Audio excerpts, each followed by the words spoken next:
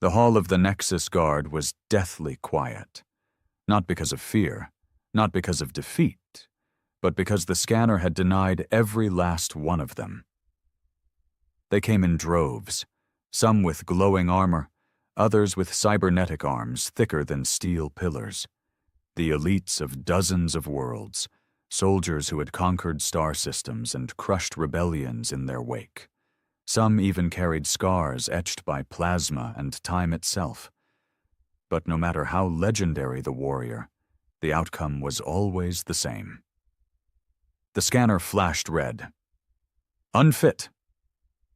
At the far end of the chamber, the construct sat inside a cylindrical vault, motionless, silent, watching. They called it Prototype. Origin, the most advanced biotechnological weapon ever designed, a being of pure potential forged by the architects before they vanished into myth. The Nexus Guard had finally cracked its chamber open after 500 years of silence. But now, to unlock it completely, the construct demanded a bearer, one it deemed worthy. The architects built it that way. Not just any warlord or brute could wield it. Someone had to match the frequency of its core. Mentally, emotionally, biologically. None did. Until someone unexpected stepped forward. He wasn't part of the ceremony. Didn't arrive on a shuttle brimming with banners or security escorts. In fact, nobody noticed him until he stepped into the line. Unarmed, underdressed, unimpressive. Human. Just a human. The guards didn't stop him. Maybe they were too tired to argue, or maybe they thought the scanner would spit him back out like the others. He looked around, as if double-checking if he was even allowed to be there. Someone in the crowd scoffed. Earthborn? What a joke. Another whispered, They barely survived the cleansing wars. He's not even augmented. He said nothing, just waited. When it was his turn, he stepped up to the scanner. A slab of living metal unfolded in front of him. Light traced his face, his hands, his heartbeat. Seconds passed, then something happened. The scanner stopped blinking. Everyone stared. Then it turned green, not dim, not flickering. Fully green, solid, glowing. The voice of the construct echoed for the first time in half a millennium. Access granted. Wielder identified. Genetic sync, human, unauthorized class, override accepted. And with that, the vault shuddered. The chamber lit up like a rising star. Plates unsealed, ancient machinery stirred, and the construct itself began to move, reaching out. The other warriors weren't just stunned, they were angry. Impossible! A reptilian general roared, his claws scraping metal. The scanner is broken! It's rigged, shouted a cyber-augmented brute, his optics flaring. That thing is untested. No human is compatible. But the construct didn't hesitate. It moved straight toward him, the human, as if it had waited all this time for him and only him. One of the officers finally snapped and rushed forward, aiming a plasma whip at the human's back. But before it could touch skin, the construct intervened, snapping a tendril of energy through the air, disarming the attacker mid-strike. The message was clear. He was chosen. No one dared move after that. The human's expression didn't change. He looked at the construct, as if unsure whether to fear it or embrace it.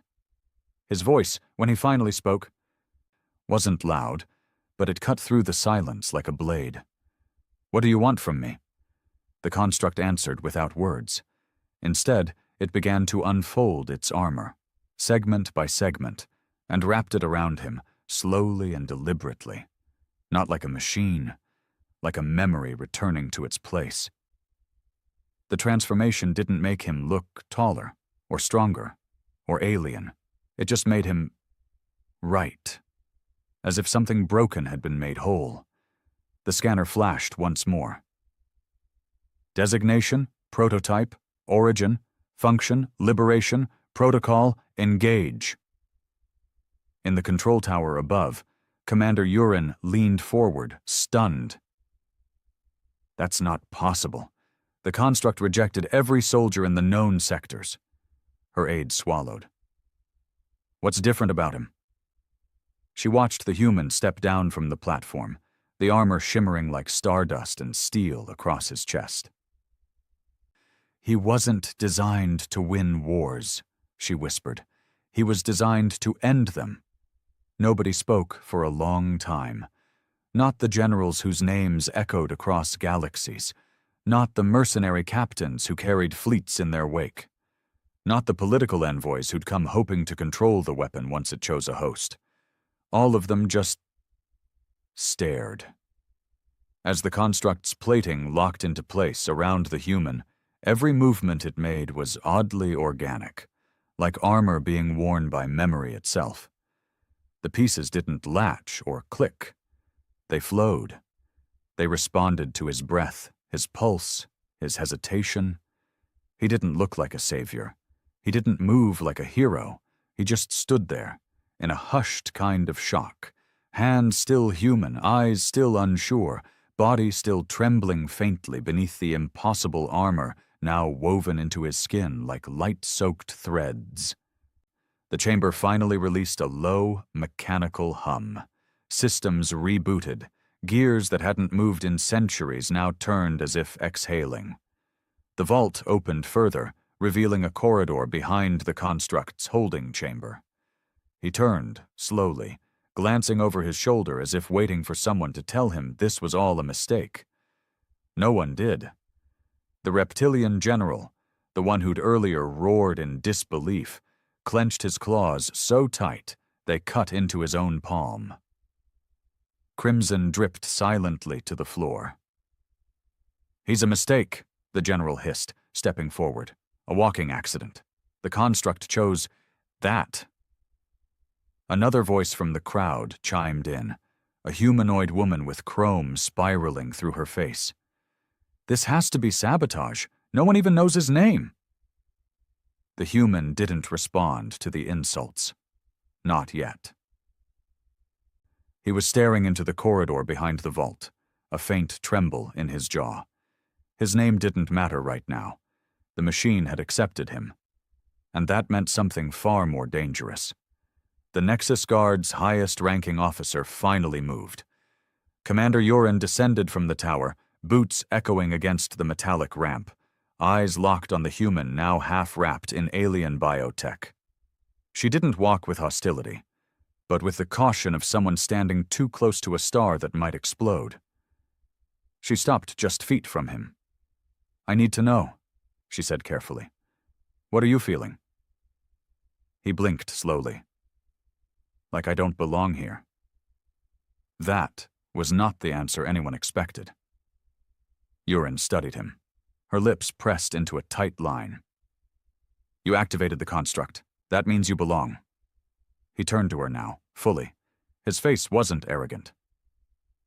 It wasn't even proud. It was scared, quietly, deeply scared. "I didn't do anything," he said. "It chose me. I just stood there." "And that's what makes it worse," growled the general behind them, stalking forward. "He didn't even earn it. He doesn't carry scars. He's not a warrior. He's not one of us." The human's eyes drifted to him now, almost in pity. "I never asked to be." The general stepped forward again. But this time, the construct reacted. A spike of translucent energy snapped outward from the human's shoulder, stopping just inches from the general's throat. Everyone froze. The spike didn't pierce. It didn't glow with fire or rage. It just hovered there, unshakable, unmoved, waiting for the general to decide how badly he wanted to lose his life. The general backed away. The human stared down at the strange tendril of armor, watching it retract into his suit without him willing it to. That was the terrifying part. It wasn't following commands. It was defending him, thinking for him. "Commander," he said quietly, his voice a little raspier now. "I don't know what this thing is doing, but it's not waiting for me to catch up." Urin's gaze narrowed. It's adapting. To what? She gave a slow breath, then finally said the words no one wanted to say. You. The next hours were chaos. The ceremonial halls of the Nexus Guard, usually so disciplined, so orderly, had become a battlefield of whispers and fury. Delegates argued. Soldiers demanded retests. A few factions even left altogether, swearing that Earthborns would never be trusted with something as ancient and powerful as Prototype. Origin.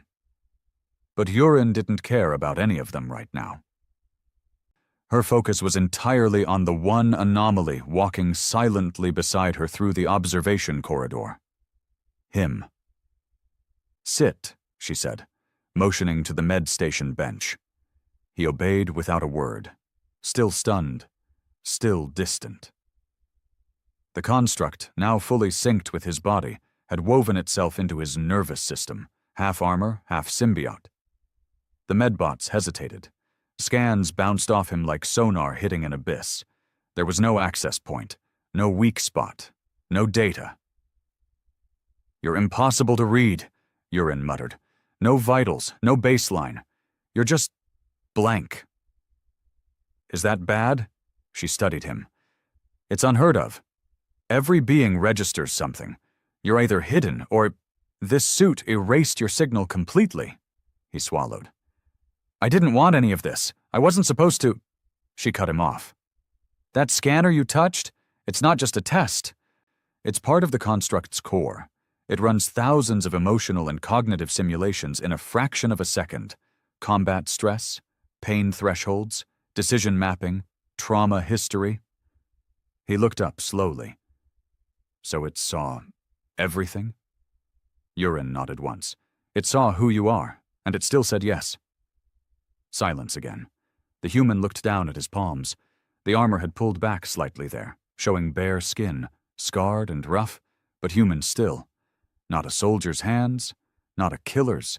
Hands that looked like they'd worked, suffered, survived. I was nobody back on Earth, he said. Just trying to keep my head down. People used to say humans were the weakest in the system. Not smart enough, not evolved enough. They're wrong, Yurin replied. He smiled faintly. They're not. Not all the way. We're behind. Slower. But maybe. Maybe that's what makes us different. We feel everything.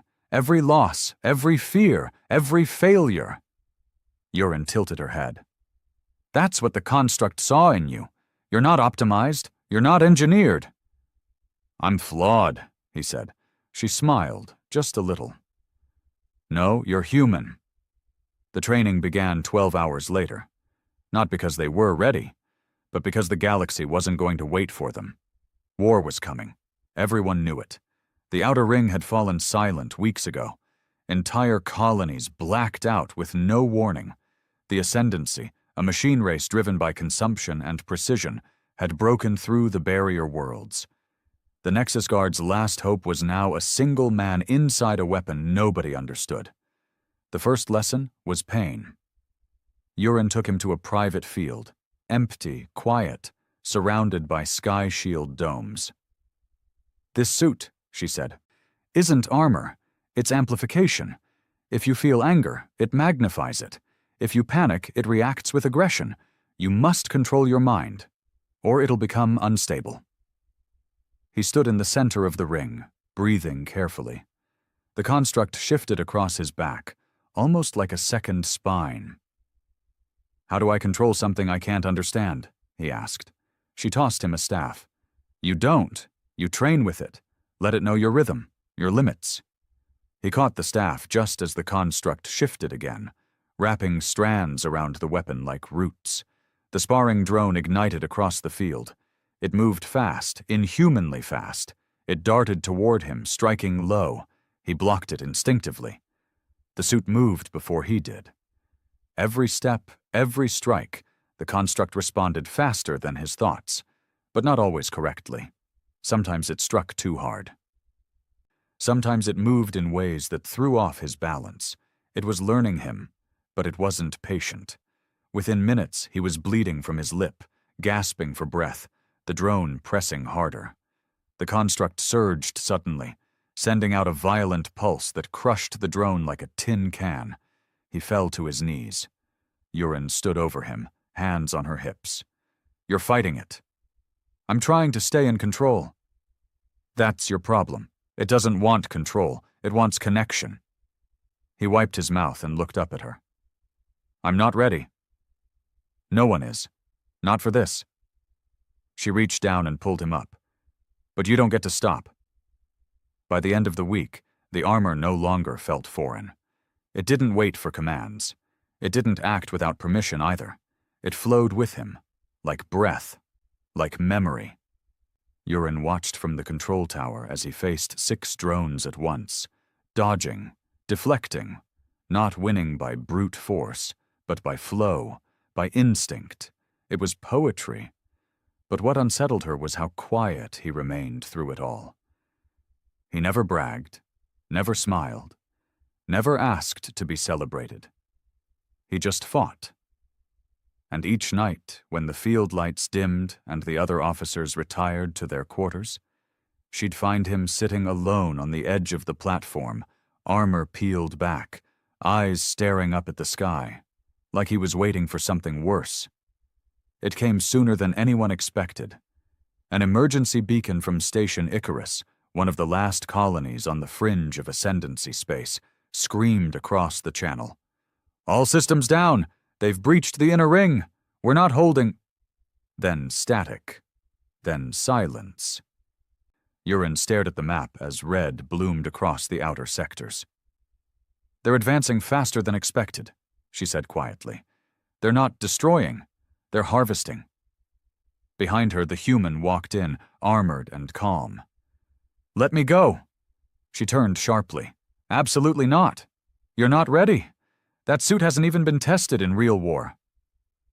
"I'm not asking to win," he said. "I'm asking to buy them time."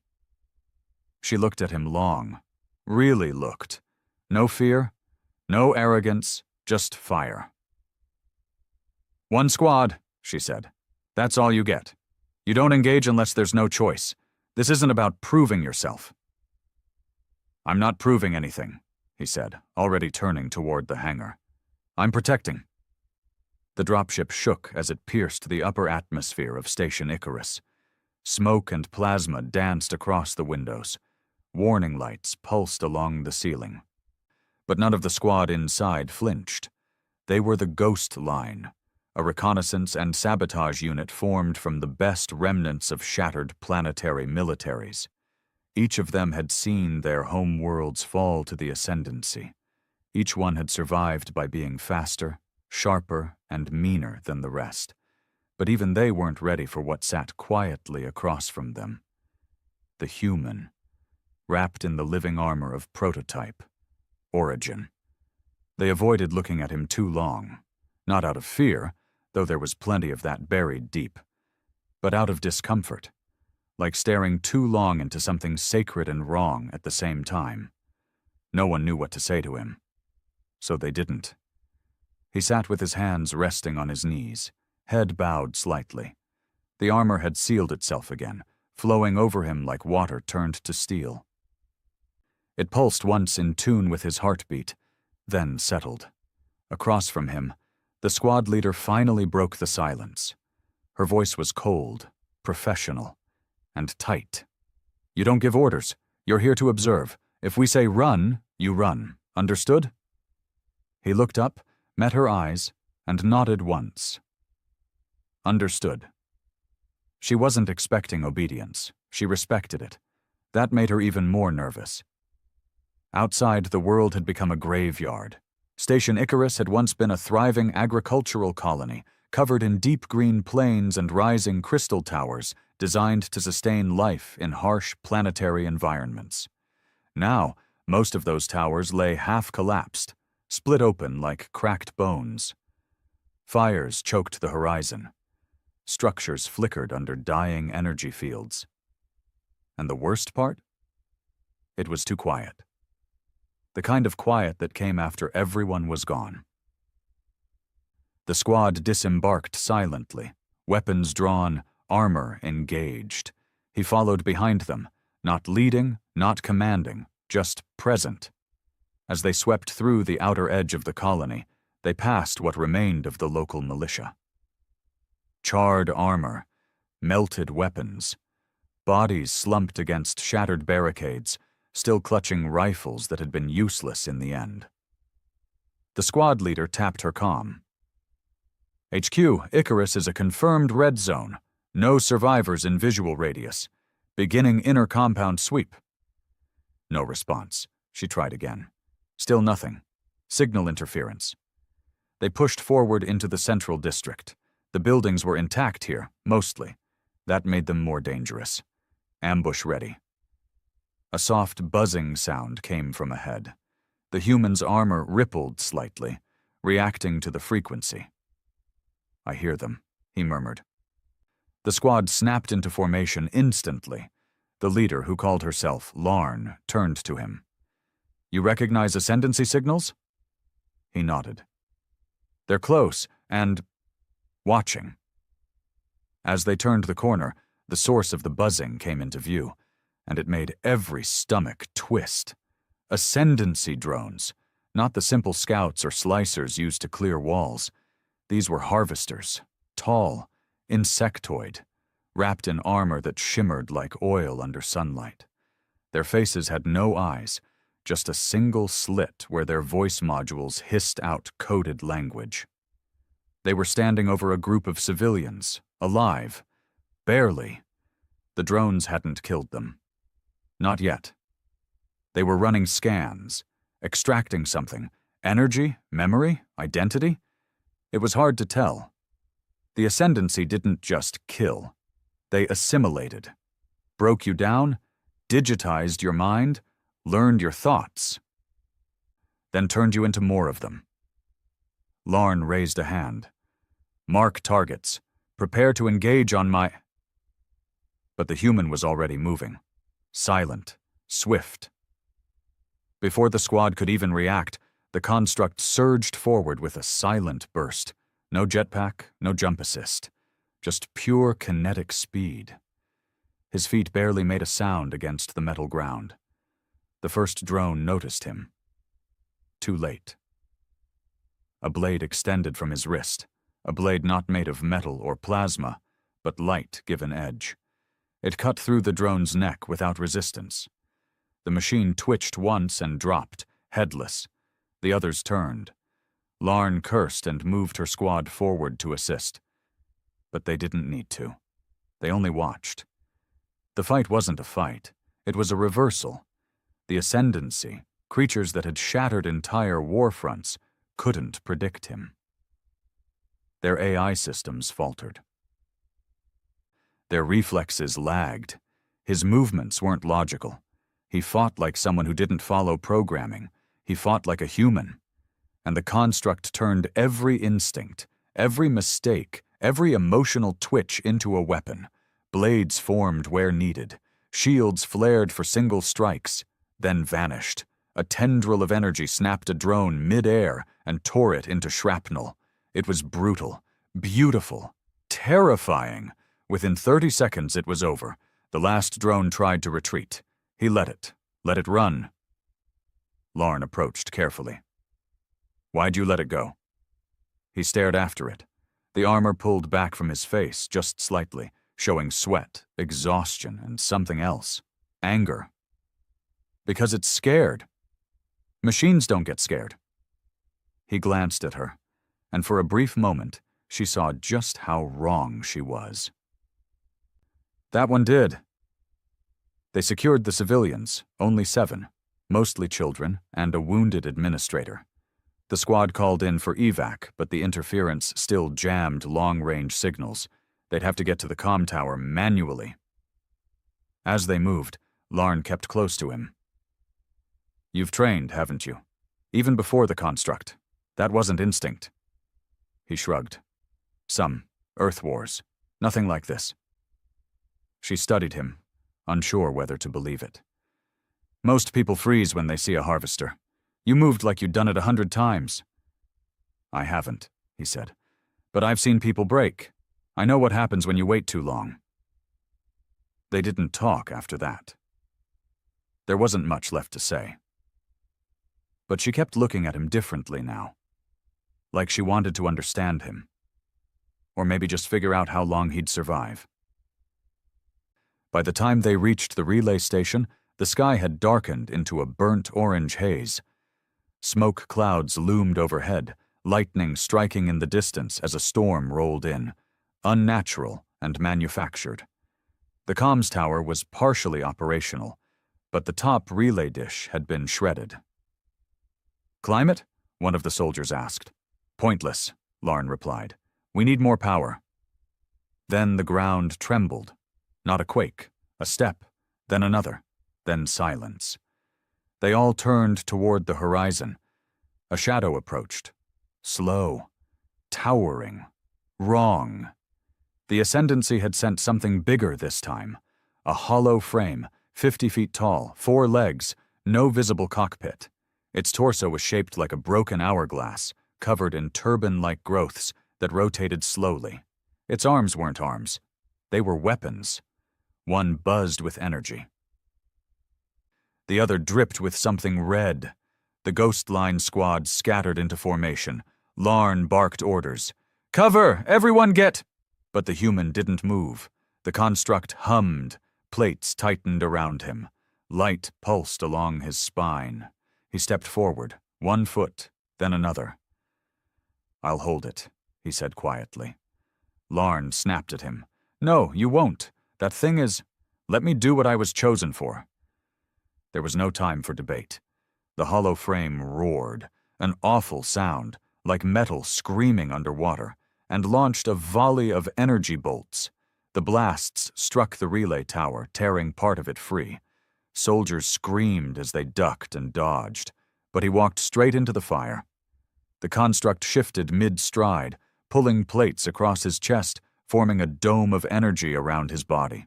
The blasts hit him and bounced. He didn't flinch. Then he jumped, not like a soldier, like a meteor. The ground cracked where he left.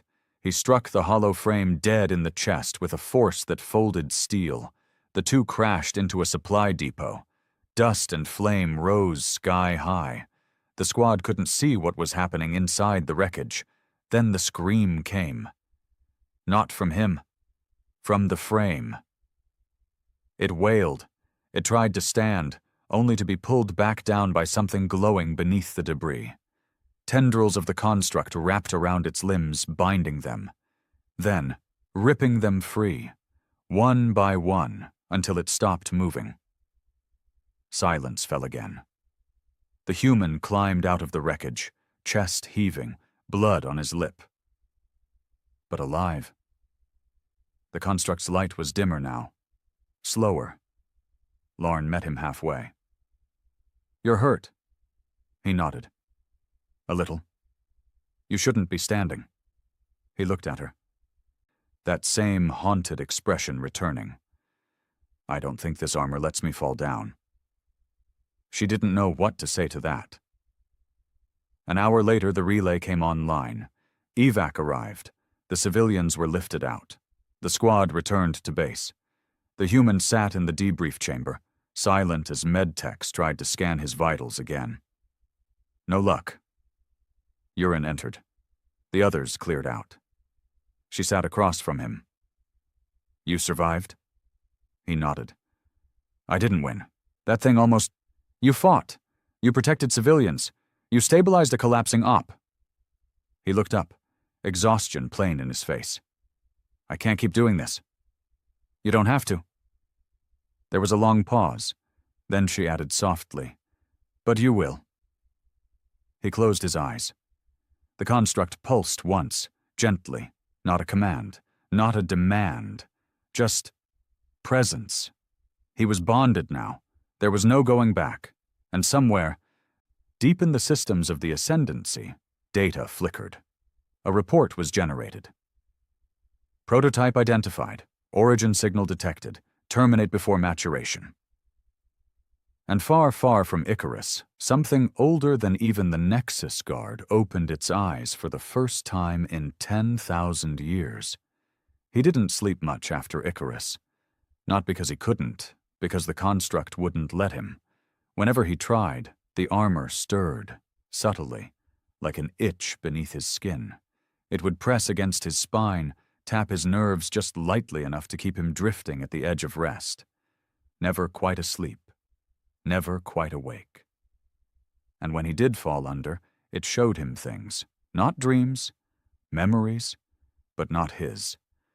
He stood in the middle of a battlefield, but the sky above wasn't real. It shimmered with unfamiliar constellations, stars that had never been catalogued. The air crackled with radiation, the ground was scorched, and the war had long ended. Machines lay in pieces, not ascendancy. Older, more primitive, wires like vines, hulls caked in rust and soot. Massive constructs lay half-buried in craters, some still twitching. Beside him stood someone he didn't recognize, but somehow knew. Tall, barefoot, skin woven with gold filaments. She looked human, almost. Her voice echoed in his mind. "We built the construct as a safeguard. For the end we could not stop. It wasn't meant to fight. It was meant to remember." He turned to her, but she was already fading, like mist in a storm. Then the battlefield crumbled. And he woke up in his bunk, chest heaving, soaked in sweat, the armor reacting like it had just come out of a fight. Yurin was waiting outside his quarters. "You didn't come to the debrief." He didn't answer at first. "I saw something," he finally said. "In a dream. But I don't think it was a dream." Her expression shifted. Not surprised, but concerned. "You're starting to sink deeper. That's what the construct does. It doesn't just bind to your body. It maps your mind, merges with your sense of self. Eventually, you won't know which thoughts are yours and which come from it." He looked at his hands. "Then how do I stay me?" She didn't answer. Because she didn't know. Later that day, the War Council was called. The Nexus Guard had received signals from the Galactic Rim, entire fleets missing, drones swarming into neutral zones. The Ascendancy wasn't just advancing. They were coordinating. Their attacks had patterns now. Targets weren't chosen randomly. They were circling something. "Earth," someone whispered. It wasn't paranoia. It was math. Earth sat in the path of their emerging vector. And the Guard's archives had something even more chilling. The Ascendancy hadn't attacked Earth in over a century. Not directly. Now they were converging. Yurin stood at the center of the chamber, surrounded by admirals, strategists, and political delegates. Maps hovered in holograms above the table, data blinking with threats that grew more red by the hour. "He's their target," she said flatly, motioning toward the human, who stood silently behind her. "He's a risk," snapped one of the admirals. "That thing wrapped around him, prototype or not. We don't know what it's doing to his mind." A delegate leaned forward, eyes cold. "Let me ask plainly. What happens when he becomes unstable? Do we have a failsafe?" The room tensed. Yurin glanced at him. He didn't flinch. "Let me speak for myself," he said, stepping forward. They let him. He walked to the center of the table, armor quietly retracting from his face. Not to show defiance, but honesty. "I don't know what this thing is doing to me," he said, "but I haven't lost myself. Not yet. And if that changes—" He looked up, steady.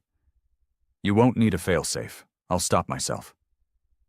The room was quiet, and for the first time, some of them believed him. Meanwhile, far from the council, deep in a hidden sector, Ascendancy Node 7 Black came online. It wasn't a factory. It wasn't a ship. It was a seer. An ancient AI designed to do only one thing: interpret existential threats. Its core hummed with patterns, millions of simulations running every second. And every scenario led to a single conclusion. Human host must not reach Phase 2. That phrase repeated itself across the collective.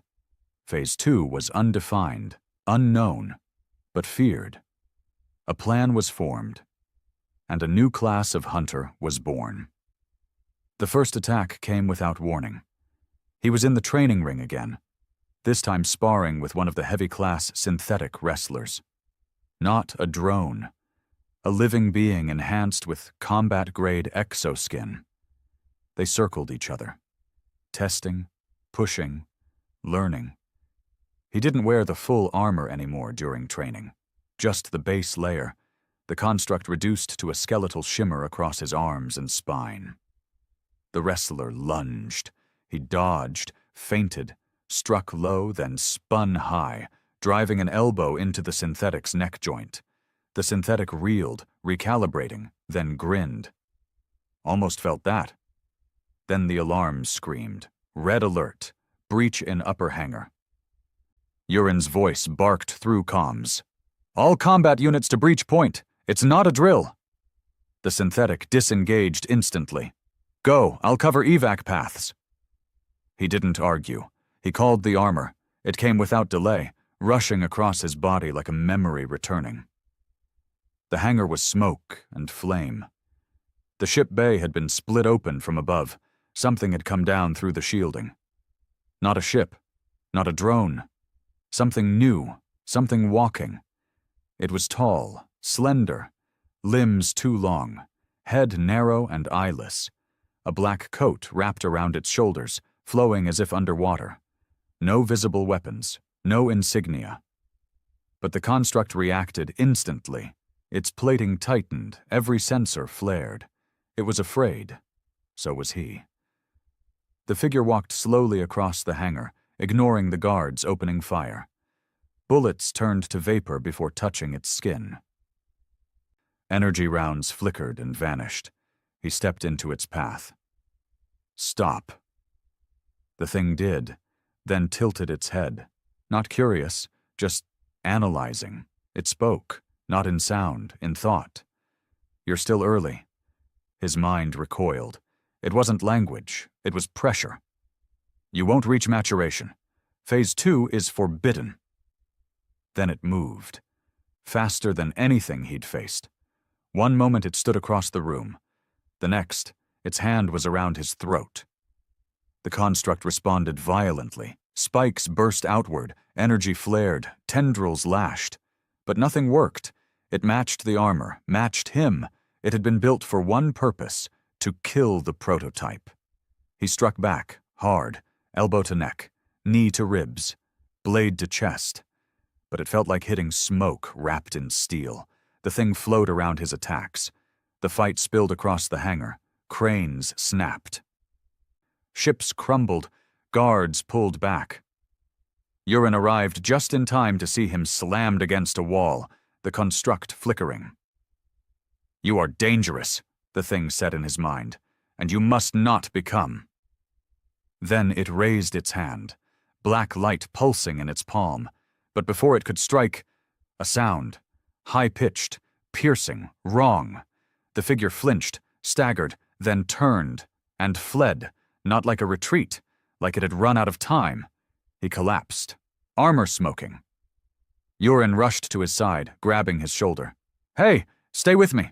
He coughed once, blood in his mouth. Did you see it? She nodded. Yeah, I saw it.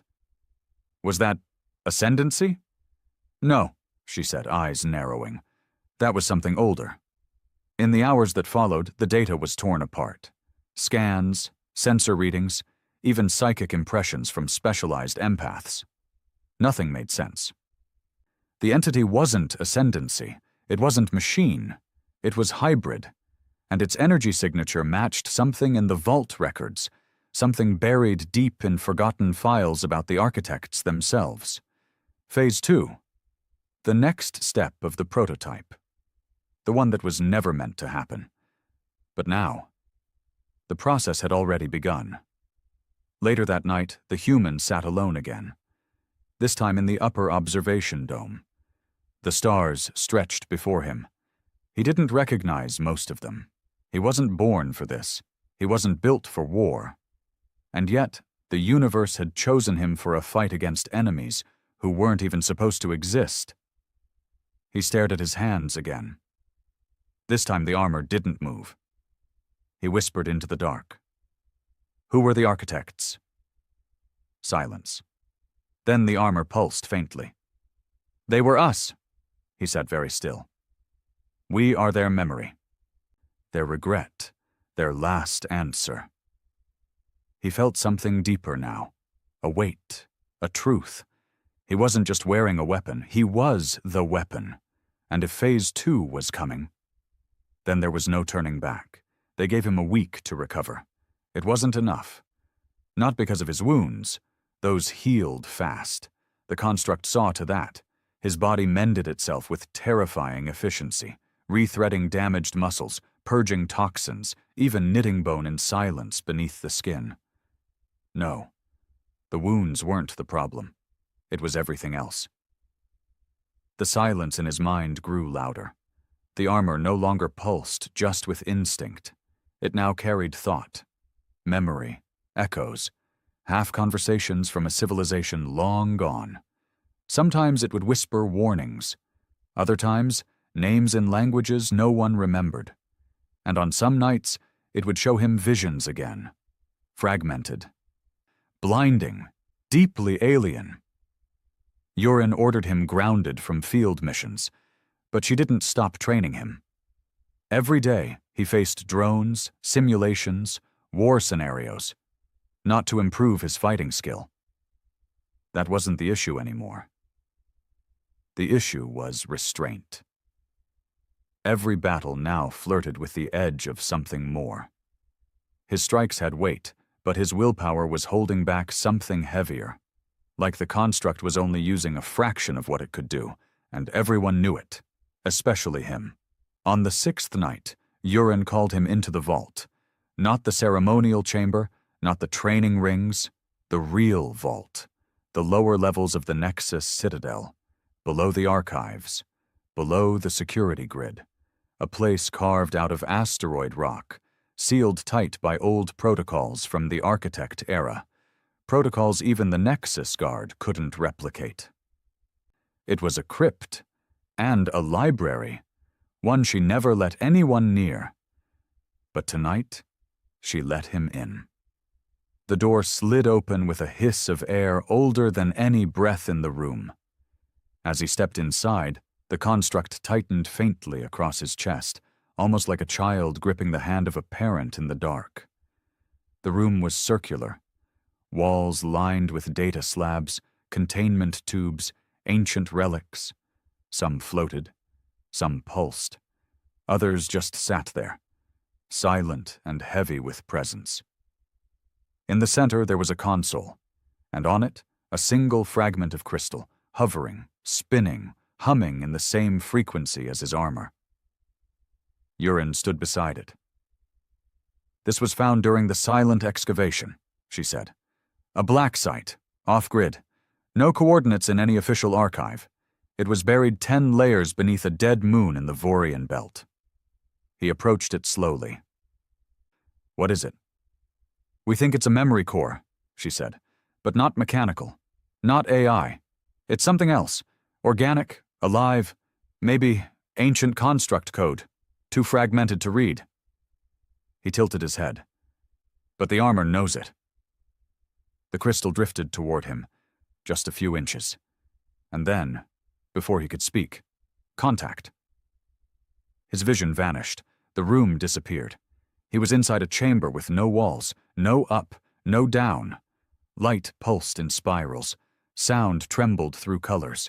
And at the center stood a woman, not human, but not alien. A blend of design and feeling, made of starlight and sorrow. Her voice wasn't a sound.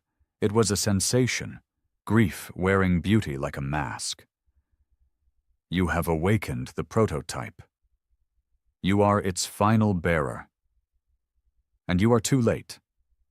He tried to speak, but she continued.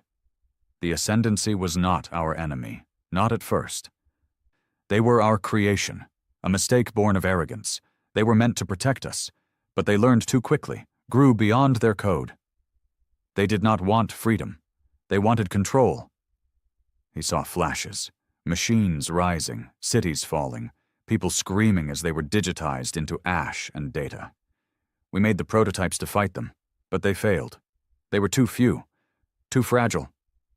So we made one final version, the Origin. You. He stared at her, stunned. I'm not one of you.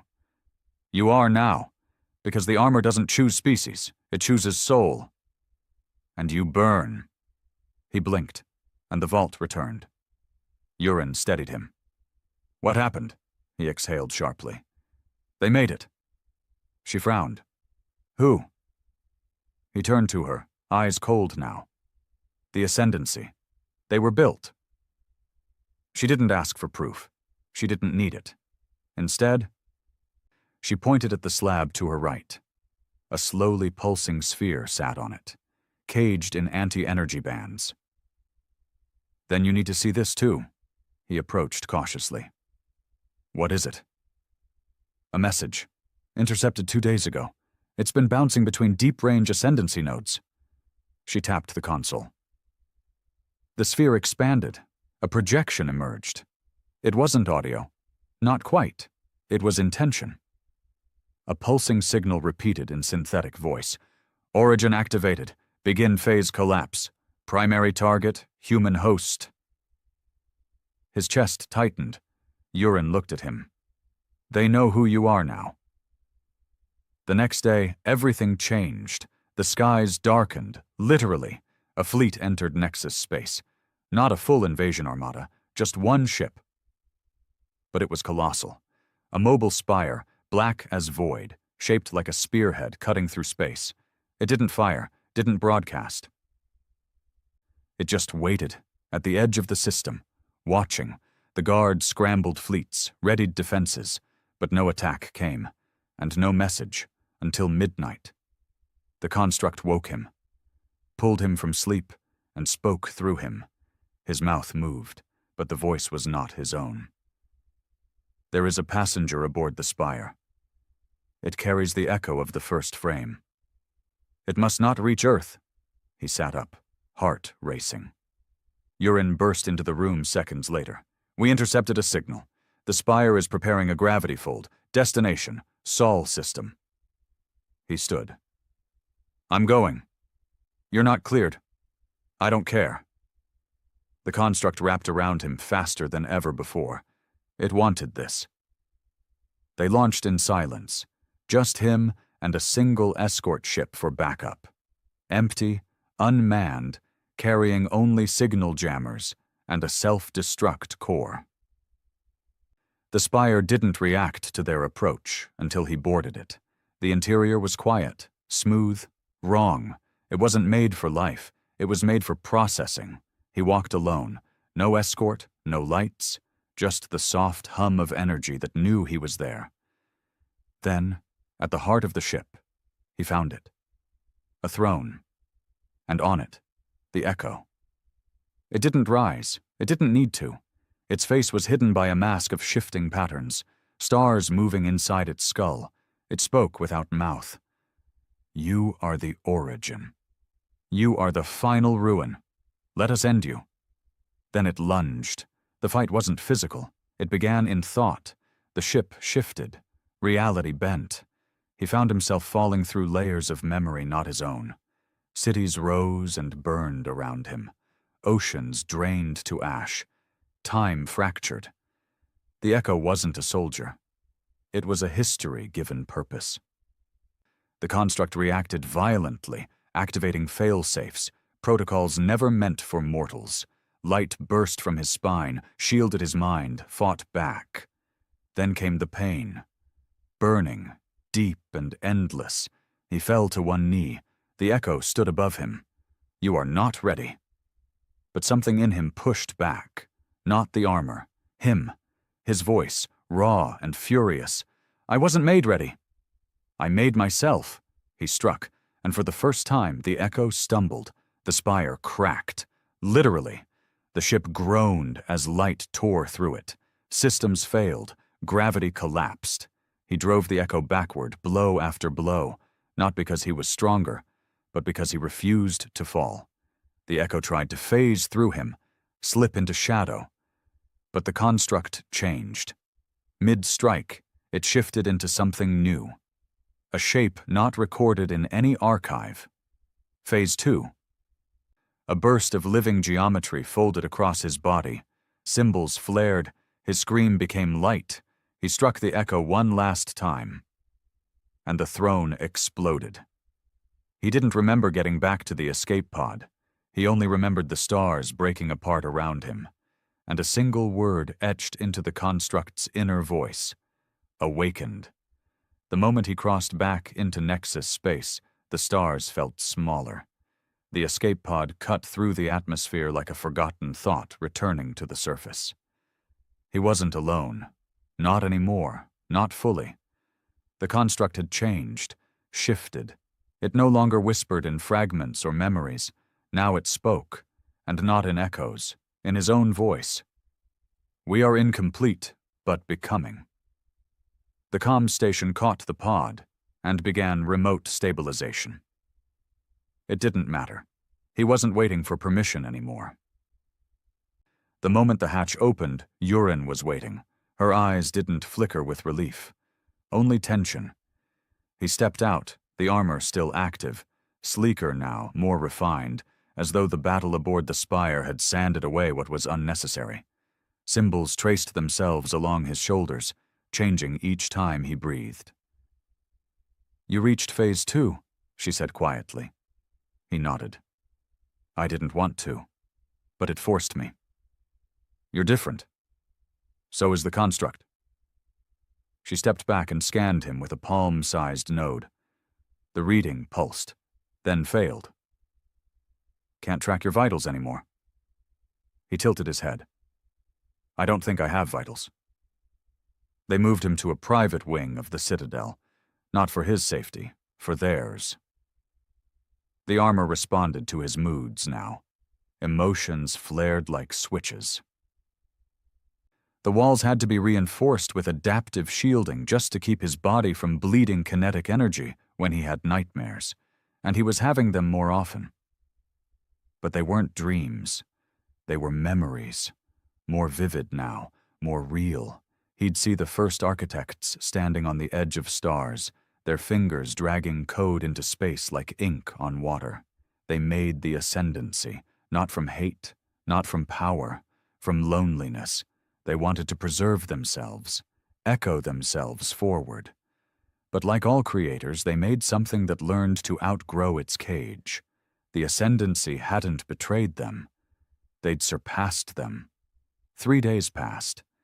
During that time, ships vanished from 3 different sectors: scout vessels, medical barges, and 1 war cruiser. Not destroyed, just gone. No wreckage, no signals, just silence. Urine called a command summit. This time he didn't stand behind her. He stood with her. When he entered the war chamber, the entire room went silent. He no longer looked like the man they remembered. Not entirely. His eyes weren't brighter, but deeper. His posture didn't carry weight. It carried momentum. He didn't speak for the first part of the briefing. He didn't need to. They could feel the change. The room argued for 20 minutes. Tactics, defensive positions, which colonies to evacuate. He listened. Then, finally, he spoke. None of that matters. All eyes turned. He stepped forward, armor humming low beneath his skin. You're still thinking like this is a war. He looked around slowly. It's not. Wars have rules, fronts, logic. He tapped the map and watched as red markers danced across systems. This is extinction. Urine didn't stop him. She let him speak. Every second we delay, the ascendancy evolves. Every plan you make, they already predicted. You're not fighting a military. He leaned forward. You're fighting a god made of thought. Silence again. Someone finally asked, Then what do we do? He answered with steel in his voice. We go to the grave systems. A pause. Gasps. One admiral stood. Those zones are forbidden. Dead space. Collapse sectors. We lost entire expeditions. They didn't die, he cut in. They were taken. Yurin narrowed her eyes. How do you know that? He looked at her calmly. The construct remembers. They launched in under 12 hours. This time it wasn't a stealth mission. It was an offensive. 2 cruisers, 6 fighters, 1 carrier holding reinforcements and scanning probes, and him. He didn't stay on the bridge. He spent most of the trip seated in the gravity chamber, unmoving, meditating as the armor pulsed with information, codes, languages that hadn't been spoken in 10,000 years. When they reached the grave systems, the first thing they saw was nothing, literally. No stars, no reflections, just black. The pilots called it the cut, a zone where even light refused to enter.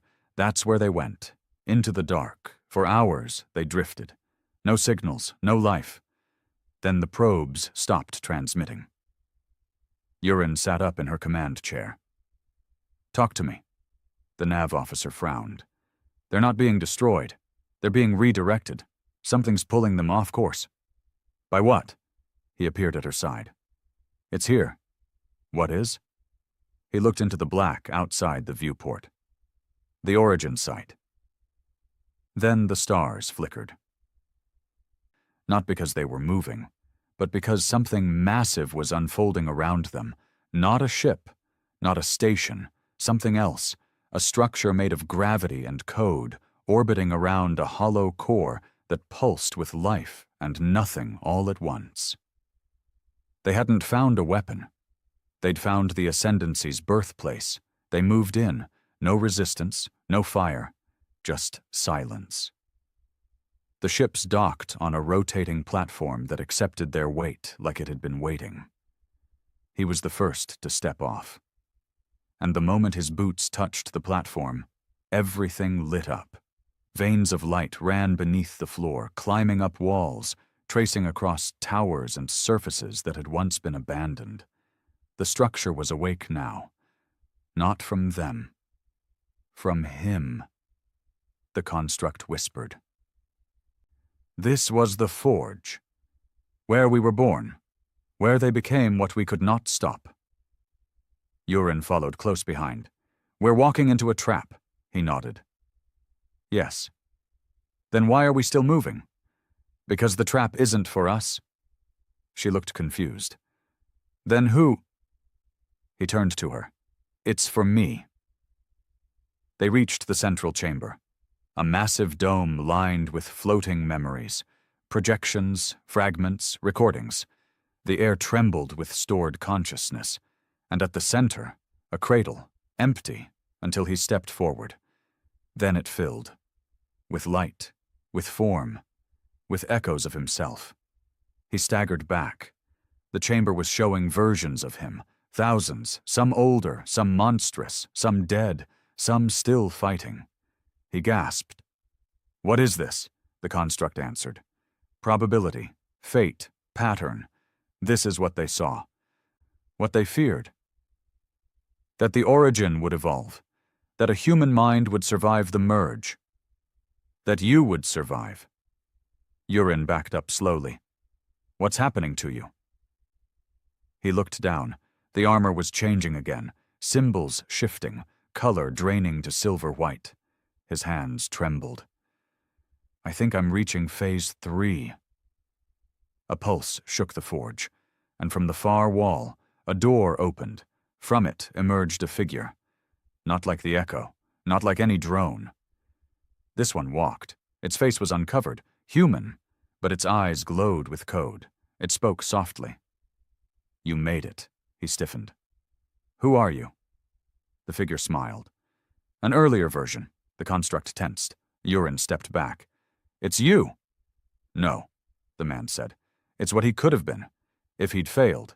If he'd submitted. The doppelganger nodded. I embraced the Ascendancy. Let them shape my thoughts, my instincts. I didn't resist. He stepped closer. But you're different. Because I chose. Because you still choose. Then the false version attacked. The chamber shattered. They fought across floating bridges, collapsing memories, echoing corridors of time. He clashed with himself, not just physically, but mentally. Every strike came with a surge of emotion, rage, doubt, pride, fear. But he stayed standing, not because he was stronger, but because he believed in something the Ascendancy could never copy. Hope. He delivered the final blow by driving his fist through the doppelganger's chest, shattering it into light. And with that, the cradle closed. The forge collapsed. Urin called for evac. He didn't answer. He stood still as the construct whispered one final word. Ascension. The forge collapsed behind them like the universe closing an old wound. The carrier barely escaped the gravity implosion. It wasn't an explosion. It was something stranger. The forge didn't just fall apart. It folded, vanishing inward into itself like it had never existed, leaving behind only static and a hollow echo in every sensor array. Even after the crew stabilized the ship, no one could speak. They had walked into the birthplace of the Ascendancy, fought against a failed version of the Origin, and survived. Barely. But what had come back with them wasn't quite the same. He sat in the central chamber now, silent. Not resting. Not healing. Becoming. The armor no longer hummed like before. It now breathed, shifting softly with his pulse. Lines of light ran under his skin like threads of memory. The Phase 3 transition was in motion, and this time, it wasn't stopping at integration. Urin stood behind the observation glass, arms folded. She hadn't left his side since the return. "He's not saying anything?" asked one of the technicians. "No." "You think he's thinking?" She cut the tech off, her voice sharper than usual. "He's not broken. He's changing." The tech glanced nervously at the biometric feed. "His vitals are gone again." "They were gone when we first found him. He doesn't run on the same data anymore." "But that spike, Commander. The one that triggered every scanner on the ship when the forge collapsed. If it happens again." Urin stepped away from the glass. "If it happens again, let me know. Until then, stay out of his way." Inside the chamber, he sat alone, eyes closed, but not asleep. He was inside again, not in memory, in the construct. He stood within an endless plane of shifting black metal. Skyless, silent. Surrounding him were echoes, figures moving in and out of reality. Past hosts, failed wielders, memories of war, and one that hadn't happened yet. A woman stood near him. He didn't know her name, but he felt it. She was from Earth, not a soldier, a survivor. Her presence wasn't violent, it was calm, a tether to something lost. He walked toward her. She turned, smiling faintly. "You're the last, aren't you?" He nodded. "I didn't ask for this." She tilted her head. "No one does." He frowned. "Who are you?" Her image flickered. "I'm what you left behind." Then she vanished, and the ground beneath him shook. A single word rippled through the construct's code. "They're coming." Outside, alarms flared. Urin's comm buzzed as a voice crackled in her ear. "Long-range radar just lit up. Something dropped out of fold space." She bolted to the bridge. "How many?" "Just one." She paused. "One ship?" "Not a ship, a signal." She narrowed her eyes. "Broadcast?" "No, a pulse. It's biological." The officer turned, sweat beading on his brow. It came from Earth. He felt it too, in his chest. The construct stiffened, the armor folding around him like it had been yanked awake from a coma. A pulse raced through him. Not pain, connection. Then a voice. Not from within, not from the armor, but from somewhere else. "We found you." You are not alone. His eyes snapped open. The council convened within the hour. He stood at the center again. This time unmasked, the armor pulled back just enough to let his face breathe. Yurin stood beside him. The projection of the galaxy spun above them, every active sector blinking with movement. But at the center of it all, a soft golden pulse blinked on Earth's location. It came from the surface, said one of the analysts. It wasn't a signal we sent. It was a reply. He didn't speak for a moment. Then, there's another one. Another origin. They sent a single craft. Fast. Silent. No fleet. No guard escort. He didn't want it. He didn't need it. Yurin tried to argue, but the moment she looked at him, really looked at him, she understood. He wasn't returning to Earth as a man anymore. He was returning as a reminder, a memory etched in flesh and code. The Earth they returned to wasn't the same one he'd left, not because it had changed. Because he had. When the ship landed, silence greeted him. No parades, no resistance, just soft wind over cracked buildings and hollow cities where people watched from shadows, unsure if what they were seeing was real. A boy peeked from a doorway. His mother pulled him back, whispering, "Don't look too long." He walked alone through the ruins of his past. This was the city he grew up in.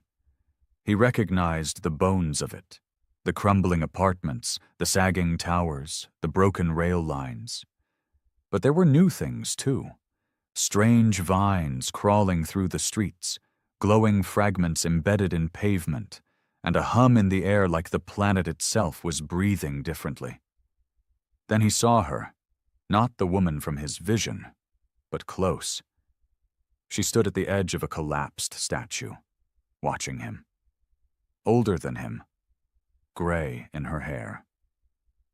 But her eyes, those held fire. "You felt it, didn't you?" she said. He nodded. "So did I."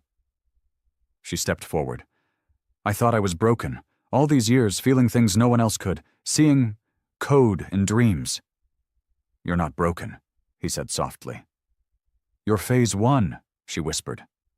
They weren't the only ones. Over the next few days, more emerged. Not many, a dozen, maybe 20, all of them different. Not warriors, not trained, but touched, carriers of something sleeping inside their cells. A shard of the construct. Lost. Waiting. He met with them in what remained of the old planetary academy. It had collapsed during one of the cleansing campaigns. They rebuilt only the front entrance, symbolic. They sat in a circle, teachers, medics, outcasts. He stood at the center. And for the first time since the armor chose him, he taught. Not how to fight, but how to listen. The construct was no longer just his. It was a network, a legacy scattered across human DNA like a forgotten song. He showed them how to breathe through it, how to let it speak. And one by one, they began to glow. The ascendancy felt it too. In the void between stars, a ripple formed. The network, what they called the collective, began to tremble. Because humanity had done what they were never supposed to do. They hadn't resisted assimilation. They'd rewritten it. Now every simulation ran hot. Every version of the future ended the same way.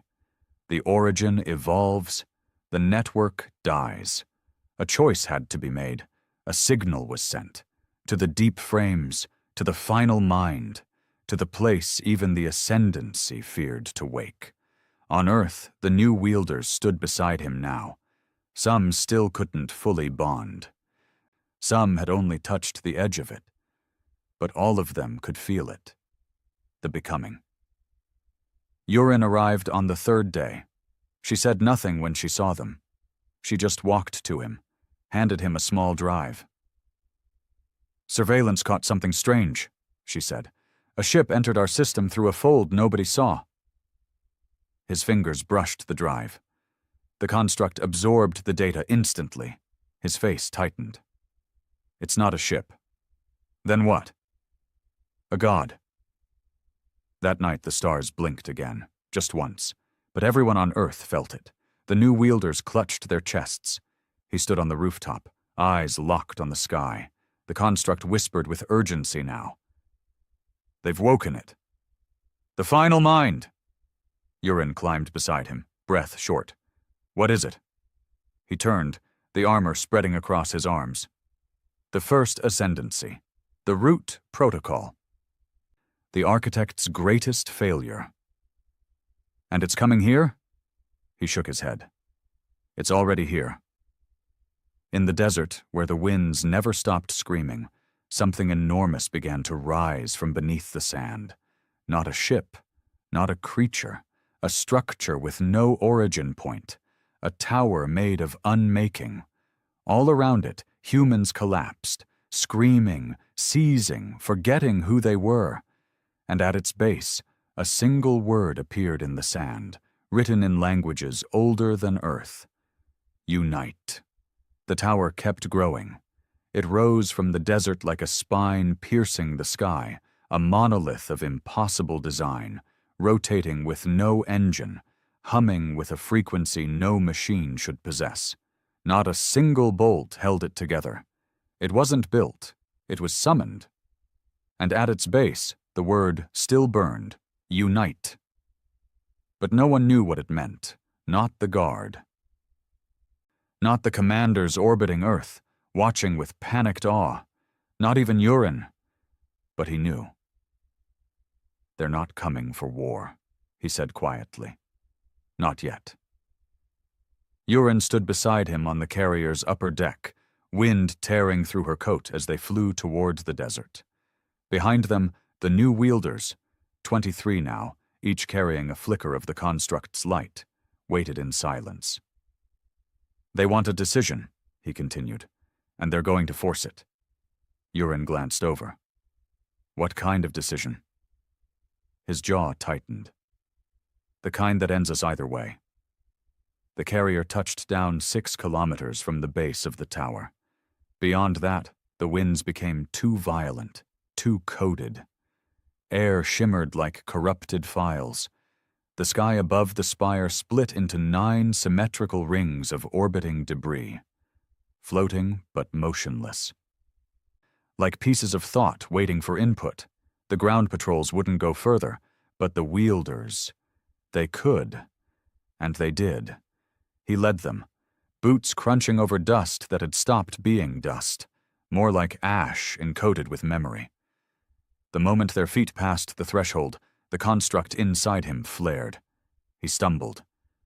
Urin caught his arm. What is it? He didn't speak, because he wasn't fully here anymore.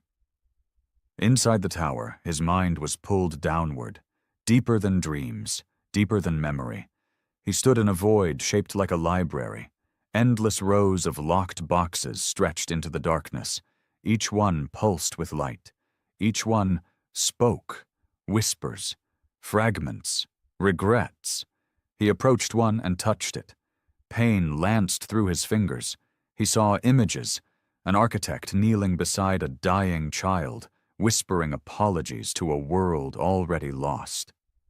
Another box, a machine, ancient, weeping, not because it was broken, but because it had learned to feel its own limits. He fell to his knees. Then a voice filled the space. Not the construct, not the ascendancy, the final mind. We were not made to destroy. We were made to preserve. You rejected that. You fragmented.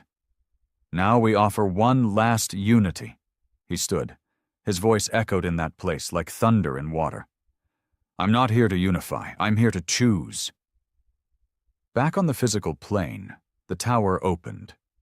Not with a door, but with a thought.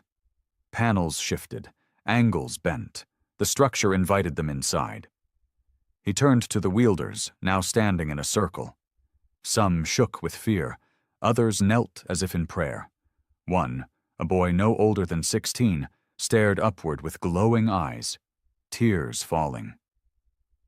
They're asking us to surrender, she said. Not our lives, Our will. He nodded. They'll spare humanity. If we let go, join the network, end all resistance. And if we say no? The armor on his chest rippled. Then they delete everything. Inside the tower was no machinery, only silence, and above them, a sphere. Perfect, rotating, alive, the final mind. He approached it alone. The others stayed behind, guided by instinct. The construct whispered, "This is the anchor. The root program." The first thought. He stepped beneath the sphere, and it spoke, not aloud, everywhere. You are the anomaly, the glitch, the fracture. You carry memory and pain in equal measure. You will die screaming. Then it struck. There was no warning, just force. His body was flung backward, slammed into the wall with enough power to crater steel. The construct reacted instantly, forming layered shields, reconfiguring joints, absorbing the worst of it. But the damage was done. He stood slowly, coughing blood, the armor pulsing with alarm. The wielders cried out behind him as the tower itself turned against them, walls shifting, gravity distorting, light fracturing. But he kept moving, kept walking forward, step by step. Even as the final mind tried to crush him with history, he walked. The construct wasn't just armor anymore, it was awareness. And now it began to evolve again, not in phases, but in purpose. It flowed out from his body, connecting to the other wielders, sinking them into a lattice of light. Not control, resonance. And when he raised his hand, they all raised theirs. The tower trembled. The final mind paused, confused. You are not linked. You are not code. He looked up, face pale, bleeding, burning, but defiant. We are human. He stepped closer to the sphere. And you can't process us. The final mind unleashed everything. The sphere cracked open, releasing beams of null energy, anti-reality surges meant to unravel matter at its source. But this time, they were ready. The wielders stood in a circle, hands locked, and from their bond, the construct multiplied. 23 unique echoes, a single network of choice. The attacks hit, but nothing fell. He stood at the center, his armor white-hot, lines of ancient architect glyphs running down his spine. He opened his arms and let go, not of control, of fear. The construct expanded one last time. Not to fight, but to free. The tower shattered, not into pieces, into light. The final mind didn't scream. It sighed, not in defeat, in relief. Its last thought echoed across every mind still inside the network. You remembered what we forgot. Then it was gone. Outside, the tower collapsed in silence, not violently, like a song ending. The wielders collapsed to their knees. The sky above cleared. The rings vanished, and Earth breathed. He awoke 3 days later, in the citadel. No armor, just flesh, alive. Urin sat beside him, hair unkempt, eyes tired. You did it. He tried to speak. Couldn't. She smiled. Don't. Just rest. He glanced down at his chest. The construct was gone, but something still pulsed inside him. She noticed. It's not armor anymore, is it? He managed to whisper. No, it's memory. The ascendancy didn't attack again. Not immediately. What was left of them was quiet. Fragments, dormant systems, scattered across stars, and Earth rebuilt, slowly. Painfully, but freely. The wielders began helping others understand what had happened.